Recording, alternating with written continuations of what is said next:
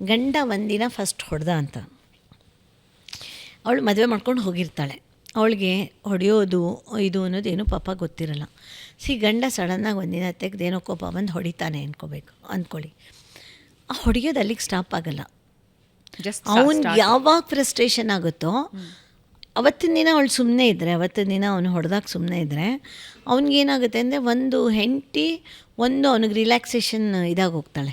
ಅವನಿಗೆ ಬಾಸ್ ಏನೋ ಆಫೀಸಲ್ಲಿ ಬೈದಿರ್ತಾರೆ, ಬಂದು ಹೆಂಡತಿಗೆ ಹೊಡೆದ್ರೆ ಅವನಿಗೆ ಸಮಾಧಾನ ಸಿಗುತ್ತೆ. ಹೆಂಡತಿ ಏನು ತಪ್ಪು ಮಾಡಿಲ್ದಿರಲಿ, ಆ ಥರ ಎಷ್ಟು ಜನ ಸಫರ್ ಮಾಡ್ತಿದ್ದಾರೆ ಗೊತ್ತಾ. ಅಪೋಸ್ ಮಾಡಬೇಕಾದ್ರೆ ಏನು ಮಾಡಬೇಕು, ಹೆಣ್ಮಕ್ಳುಗಳಿಗೆ ಫೈನಾನ್ಷಿಯಲ್ ಸ್ಟೆಬಿಲಿಟಿ ಇರಲ್ಲ. ಅಪೋಸ್ ಮಾಡಿ ಇವಾಗ ಗಂಡ ಹೊಡೆದಾಗ ಯಾಕೋ ಹೊಡೆದೆ ನನ್ನ ಅಂದರೆ ನಡಿ ಆಚೆ ಮನೆ ಬಿಟ್ಟು ಅಂದರೆ ಎಲ್ಲಿ ಹೋಗ್ತಾಳೆ. ನಾನು ನಿಂಗೆ ನಿನ್ನ ಮಕ್ಳಿಗೆ ಕೊಡಲ್ಲ, ನಿನ್ನ ಮಕ್ಳು ನಾನು ಇಟ್ಕೋತೀನಿ, ನೀನು ಹೋಗ್ತಾ ಇರೋ ಹೊರಗಡೆ ಅಂದರೆ ಎಲ್ಲಿ ಹೋಗ್ತಾಳೆ. ಹೊರಗಡೆ ಸೊಸೈಟಿನಲ್ಲಿ ಅಷ್ಟು ಸುಲಭ ಇದೆಯಾ.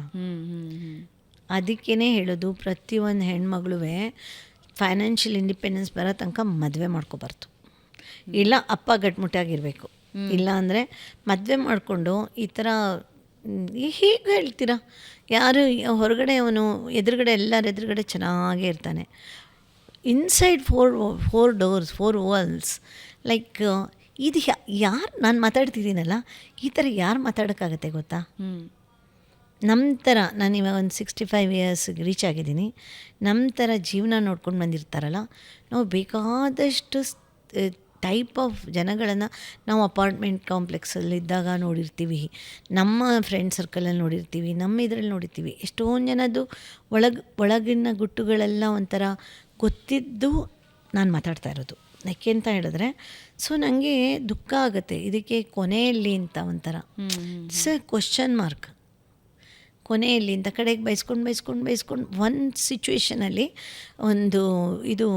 ನಾನೊಂದು ರೀಸೆಂಟ್ ಇದನ್ನು ನಾ ಯಾರಂತ ಹೇಳಲ್ಲ, ಲೈಕ್ ಅದು ಒಂಥರ ದಬ್ಬಾಳಿಕೆ ಮಾಡಿಸ್ಕೊಂಡು ಲೇಡಿ ಅದು ಮನೇಲೂ ಒಳಗಡೆ ಕೆಲಸ ಮಾಡಿಕೊಂಡು ಹೊರಗಡೆ ಕೆಲಸ ಮಾಡಿಕೊಂಡು, ಲೈಕ್ ಅವ್ರು ವೆಲ್ ಆಫ್, ಬಟ್ ಹೆಂಗ್ಸ್ಗೆ ಏನೇನೂ ಫೆಸಿಲಿಟಿ ಕೊಟ್ಟಿಲ್ಲ, ಒಂದು ಒಳ್ಳೆ ಅಡುಗೆ ಮನೆಯೂ ಕೊಟ್ಟಿಲ್ಲ. ಅವಳು ಆಗಿ ಕಡೆಗೆ ಏನಾಯ್ತಂತ ಹೇಳಿದ್ರೆ, ಇವಾಗ ಒಂದು 55-60 ವರ್ಷ ಇರಬೇಕು. Like she went under depression. ಕೂತ್ ಕಡೆಯಿಂದ ಶಿ ವೋಂಟ್ ಮೂವ್. ಏನಾರು ಹಾಕ್ಕೊಂಡೋಗ್ಲಿ, ಪ್ರಪಂಚ ಬಿದ್ದೋಗ್ಲಿ, ಮನೇಲಿ ಯಾರು ಹಸ್ಕೊಳಾರೋ ಸಾಯಲಿ, ಯಾರಾದರೂ ಇದಾದರೂ ಮಾಡಲಿ. ಈಗ ಗಂಡ ಒದ್ದಾಡ್ತಾ ಇದ್ದಾನೆ, ಅವಳನ್ನು ಕರ್ಕೊಂಡು ಬರೋದು, ನಿಮಾನ್ಸಲ್ ಟ್ರೀಟ್ಮೆಂಟಿಗೆ ಕರ್ಕೊಂಬರೋದು, ಈ ಥರ ಮಾಡೋದು. ಲೈಕ್ ಆ ಥರ ಲೈಕ್ ಇವಾಗ ಈ ಥರ ಎಲ್ಲ ತುಂಬ ನೋಡ್ಕೊಂಡು ಬಂದಿದ್ದೀವಿ ನಾವು. ಆಮೇಲೆ ನಾ ಹೇಳೋದು, ಇಲ್ಲಿ ನೋಡ್ತಾ ಇರೋ ಗಂಡಸರುಗಳಿಗೂ ಹೇಳೋದು, ಹೆಂಗಸನ್ನು ಲೈಕ್ ಪಾರ್ ತೊಗೋಬಾರ್ದು. ಲೈಕ್ ಹೆಂಗಸಿಗೂ ಒಂದು ಮನಸ್ಸಿರುತ್ತೆ. ಅವಳು ಬಡವರು ಮನೆಯಿಂದ ಬಂದಿರ್ಬೋದು, ಹಾಗಂತ ಹೇಳಿಬಿಟ್ಟು ಅವಳಿಗೆ ಬಡವರು ಮನೆ ಹುಡುಗಿರಿಗೆ ಮನಸ್ಸು ಇದಿರುತ್ತೆ. ಬಡವರು ಮನೆ ಹುಡುಗಿರನ್ನು ಹೇಗಾರು ಯೂಸ್ ಮಾಡ್ಕೋಬೋದು ಅನ್ನೋದು ಒಂದು ಇದಿರುತ್ತೆ ಗಂಡಸರುಗಳಿಗೆ. ಆ ಬಡವ್ರ ಮನೆಯಲ್ಲಿ ಯಾರು ಎಲ್ಲಿ ಹೋಗ್ತಾಳವಳು ಪಾಪ. ಸೊ ಅದೇನಾಗುತ್ತೆ ಅಂದರೆ, ಒಂದು ಅವಳಿಗೆ ದ್ವೇಷ ಒಳಗಡೆಯಿಂದ ಸುಪ್ತವಾಗಿ ದ್ವೇಷ ಬೆಳೀತಾ ಹೋಗುತ್ತೆ. Any moment that can revert back in any form.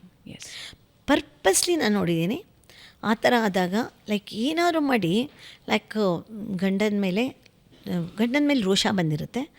ಗಂಡ ಸುಮ್ಮನೆ ಬಂದು ತನ್ನನ್ನು ಅವಳಿಗೆ ಮಾತ್ರ ಗೊತ್ತಿರುತ್ತೆ. ಗಂಡ ವಿತೌಟ್ ರೀಸನ್ ನನ್ನನ್ನು ಬಂದು ಹೊಡಿತಾ ಇದ್ದಾನೆ, ನನ್ನನ್ನು ಅಂಡರ್ ಎಸ್ಟಿಮೇಟ್ ಮಾಡ್ತಾ ಇದ್ದಾನೆ, ನನ್ನನ್ನು ದುರಾಚಾರ ಮಾಡ್ತಿದ್ದಾನೆ. ಆ ಟೈಮಲ್ಲಿ ಅವಳಿಗೆ ಗಂಡನ ಮೇಲೆ ಸಿಕ್ಕಾಬಟ್ಟೆ ದ್ವೇಷ ಡೆವಲಪ್ ಆಗಿರುತ್ತೆ. ಲೈಕ್ ಆ ದ್ವೇಷ ಇದೆಯಲ್ಲ, ಆ ದ್ವೇಷ ಹೇಗಾರೋ ಅವಳು ಮನುಷ್ಯ ಅಲ್ವಾ. ಸೊ ದ್ವೇಷ ಹೊರಗಡೆ ಹಾಕಬೇಕು. ಏನು ಮಾಡ್ತಾಳೆ ಅಂದರೆ, ಗಂಡ ಹೊರಗಡೆ ಹೋಗಿರೋ ಟೈಮಲ್ಲಿ ಅವ್ನ ಬಟ್ಟೆ ಸುಟ್ಟಾಕೋದು, ಅದೊಂಥರ ವಿಕೃತ ಅದೆಲ್ಲ ನಡೆಯುತ್ತೆ. ನಾ ಹೇಳೋದು, ಗಂಡ ಹೆಂಡತಿ ಅಂದರೆ ಗಂಡ ಹೆಂಡತಿಗೆ ರೆಸ್ಪೆಕ್ಟ್ ಕೊಡಬೇಕು, ಹೆಂಡತಿ ಗಂಡಂಗೆ ರೆಸ್ಪೆಕ್ಟ್. ಲೈಕ್ ಇದೇನಾಗುತ್ತೆ ಗೊತ್ತಾ, this subject is very vast subject.